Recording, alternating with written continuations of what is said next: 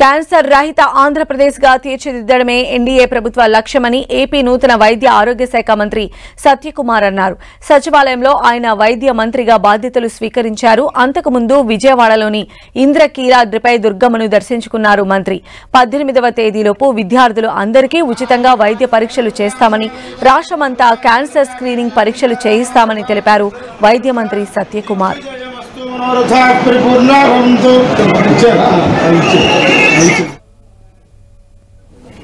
ప్రాధాన్యత రాష్ట్రంలో అందరికీ అభివృద్ధి ఫలాలు, సంక్షేమ ఫలాలు అందించడం అయితే, ముఖ్యంగా ప్రజలకి అత్యంత ప్రాధాన్యమైన శాఖ ఆరోగ్యం, కుటుంబ సంక్షేమం మరియు వైద్య విద్య. ఈ మంత్రిత్వ శాఖ ప్రాధాన్యతలేంటో గతంలోనే మేనిఫెస్టో ద్వారా తెలియజేయడం జరిగింది.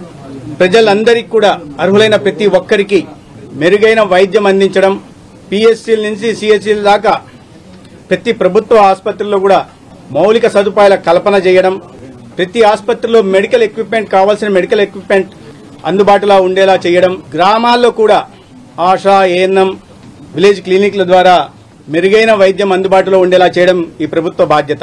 ఈ రాష్ట్రంలో విద్యను అభ్యసిస్తున్న 18 సంవత్సరాల లోపు పిల్లలు ఎవరైతే ఉన్నారో వాళ్ళందరికీ కూడా ఆంధ్రప్రదేశ్లో క్యాన్సర్ రహిత ఆంధ్రప్రదేశ్ నిర్మాణం దిశగా ఇవాళ ఈ ప్రభుత్వం చంద్రబాబు నాయుడు గారి నాయకత్వంలో ఒక అడుగు ముందుకేసిందని ఈ సందర్భంగా తెలియజేస్తుంది.